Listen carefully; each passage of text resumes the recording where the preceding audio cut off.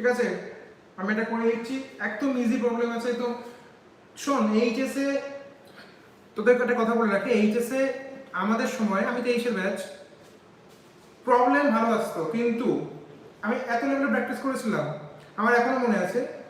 তো একটু মোটিভেশন দিতে বলে রাখছি, আমাদের কোশ্চেন পেপার দিয়েছে, সবাই লিখছে, কোশ্চেন পেপার দেওয়ার উইদিন 15 মিনিট আমি এক্সট্রা পেজ নিয়েছিলাম, বিকজ আমার পেজ সব শেষ হয়ে গেছিল।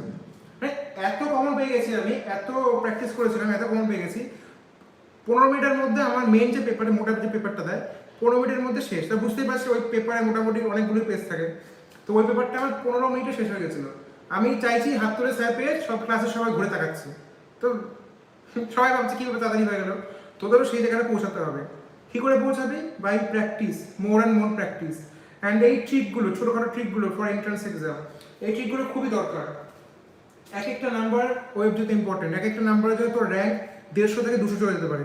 আমার সাথে এটা হয়েছে, আমার র্যাঙ্ক ছিল 577, আমি যদি আর 3 মার্কস বেশি পেতাম, আমার র্যাঙ্ক কত থাকতো বলতো? 350, অলমোস্ট 390। কতটা জাম্প, কতটা জাম্প হতো। সো 3টে মার্কসও ম্যাটার করে। আমি চাই